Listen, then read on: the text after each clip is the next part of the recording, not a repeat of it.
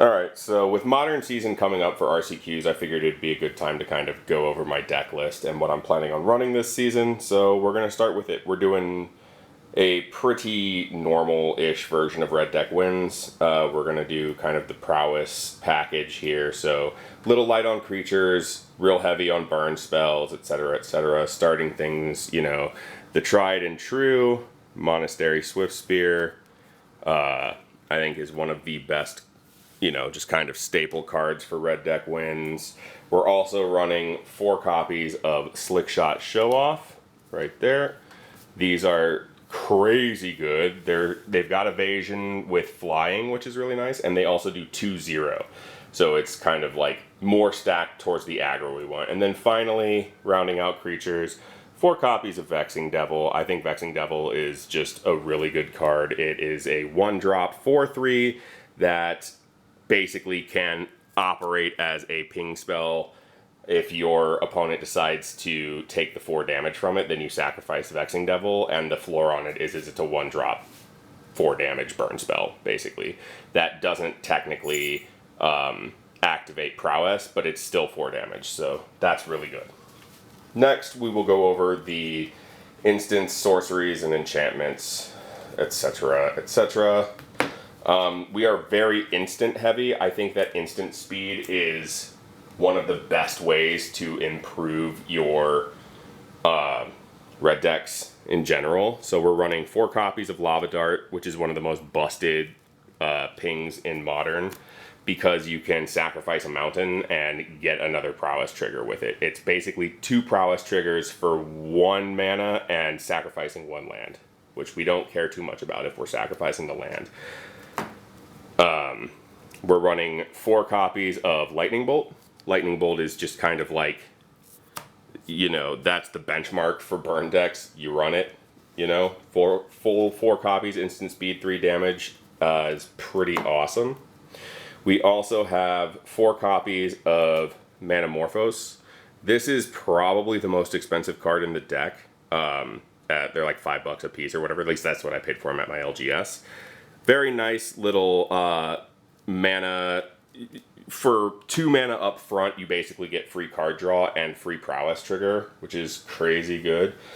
I think one of the most busted cards in this deck right now, and I'm hoping that WotC doesn't fuck with it, but yeah, who knows. Full playset of Monstrous Rage, which I have in the foil. I'm not actually a huge fan of the foil because it curls, but it's what my LGS had, so it's what I bought. That's a crazy card. It gives you +2/+0 till end of turn on whatever creature. And then you create a monster roll, which the monster roll is +1/+1 and trample. And that stays on the creature. So yeah, Monstrous Rage is a very busted card in a prowess deck. We are very happy with it.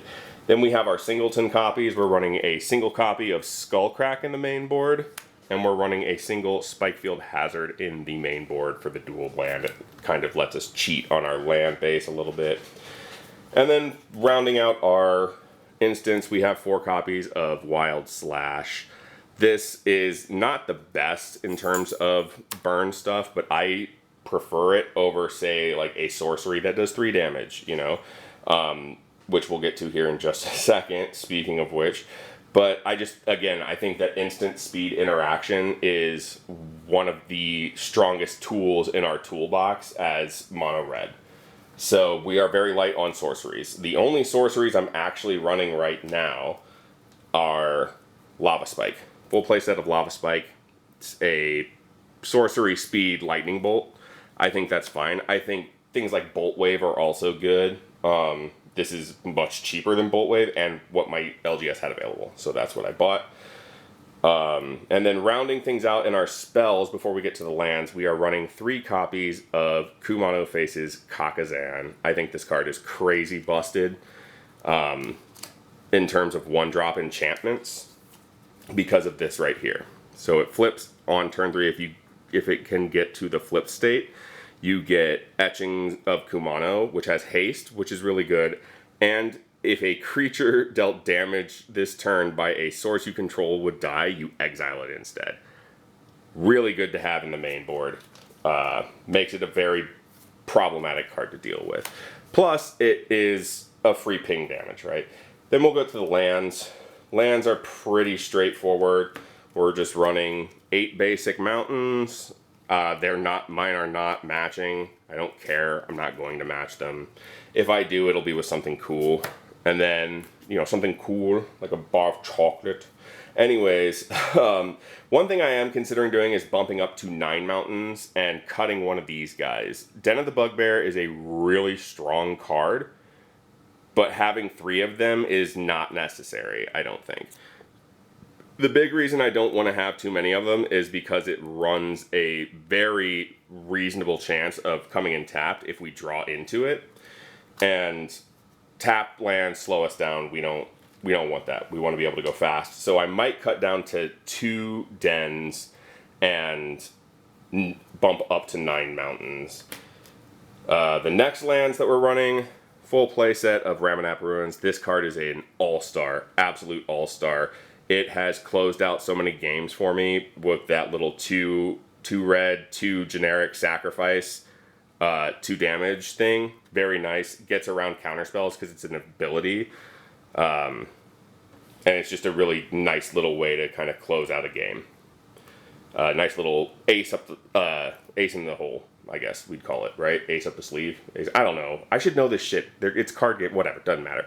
The last thing we're running for our lands, we are running a full playset of Sunbaked Canyon. We are not actually running any white or any Boros in here, but this lets us pay 1, tap and sack this land, and draw a card. So, very important to have some way to try and get us some gas in the, grindier mid-game type stuff if we need it. It's a very good place to be. Finally, let me get this stuff picked up, and we will go over the sideboard. The sideboard is pretty straightforward. The notable thing that I've done with my sideboard is we moved some creatures in, which is not something I think a lot of red deck wins or mono red aggro or whatever is doing. I don't think there's a lot of people that are running creatures in their sideboard, but I am for a couple of reasons. The big one being I wanted to play that full play set of Vexing Devils. And the other reason being I think that the creatures are still good enough to board in. So we'll get to it real quick. First thing we're running, 2 copies of Blood Moon. Pretty standard. Be careful with that card because it'll fuck you just as hard as it'll fuck your opponents. The difference being we don't care if all of our stuff gets turned into mountains. We can still play our spells, but it does turn off Ramanap Ruins. It turns off Den of the Bugbear, etc., etc., etc. Now here's the big tech that I'm kind of doing. I don't know if a lot of people are. I am sideboarding my Eidolons of the Great Revel. I think this card is very good into combo matchups, specifically Storm combos, because there's a lot of spells getting cast. So like Ruby Storm hates this card. You know what I'm saying? Gift Storm hates this card. Anything that's doing a lot of combo-y type things, Prowess hates this card. We hate this card too. The difference is it is going to be... We need to look for situations specifically with these 2 cards where it is an unfair advantage. Like, we're not getting hit as hard by it, right? We don't care as much. And then from there, we just kind of go into more bog standard stuff. 2 copies of Pithing Needle. Very good into Karn decks. Also very good into Goblin Charbelcher because you can turn off Goblin Charbelcher, which is nice. 1 Pyroclasm to deal with any sort of like tokens or little attackers or whatever. Our other 3 copies of Skullcrack are in the sideboard if we need to deal with life gain. We've got 3 copies of Smash to Smithereens to deal with Amulet Titan or Affinity type decks, whatever, just to try and turn off as much Affinity as we can. Although most of the time against Affinity, our plan is just win. Like, just draw cards and win. Like, go fast, And then rounding it out, we've got the 2 copies of Tormod's Crypt to deal with Goryo's Vengeance. Vengeance decks are a real shitty matchup for us. I'm just going to be honest. Eidolon goes well into them. Tormod's Crypt. That's about the best you can do. I don't know. Anyways, this is the deck I'm going to be running for RCQ season. And since you've stuck around to the end, Look, I even have my goblin tokens. Okay, bye.